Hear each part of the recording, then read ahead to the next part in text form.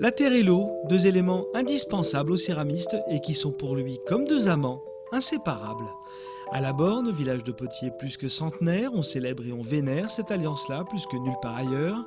60 potiers y sont installés et c'est le fruit de leur travail qui est accueilli tout l'été à Bourges, dans les crins feutrés du château d'eau.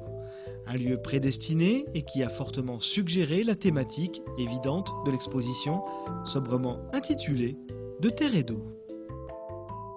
Effectivement, le château d'eau, je pense que c'est l'élément qui nous a amené à appuyer sur l'eau, certainement. Du moins, dans un lieu comme ça, c'est ce qui vient en premier.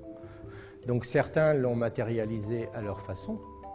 La lecture directe n'est pas systématique. Donc de façon différente, il y en a, l'eau est directement présente à travers des bouteilles ou des choses comme ça. Et ça peut être les gouttes d'eau, ça peut être les rideaux d'eau, ça peut être l'aquarium, les gargouilles. Et certains, c'est des choses un petit peu plus compliquées à aborder, mais on y arrive. Une exposition en forme de défi pour les artistes présents, qui s'y sont parfois mis à deux pour trouver la bonne idée. J'ai travaillé conjointement avec ma compagne qui s'appelle Arlette Weistig et donc elle présente l'œuvre qui se trouve derrière moi et elle fait écho donc à l'œuvre que j'ai faite donc pour cette exposition. C'est des pièces céramiques qui flottent.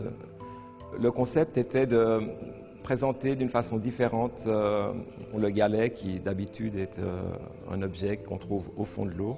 J'ai trouvé intéressant de pouvoir faire en sorte qu'il se retrouve à la surface de cet élément.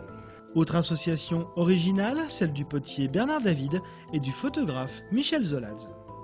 Avec la Borne, c'est un peu une longue histoire, mon parcours. J'avais déjà fait des portraits des céramistes. Puis à l'occasion de cette exposition, Bernard David m'a dit « et si on travaillait ensemble ?» C'est-à-dire tout d'un coup, comment allier la photographie et la céramique. Bon, c'était un vrai challenge, mais ça a été un vrai bonheur d'allier deux techniques et ça a été une vraie réussite. Enfin, pour moi, humaine déjà, et puis artistique, c'est les gens qui le diront.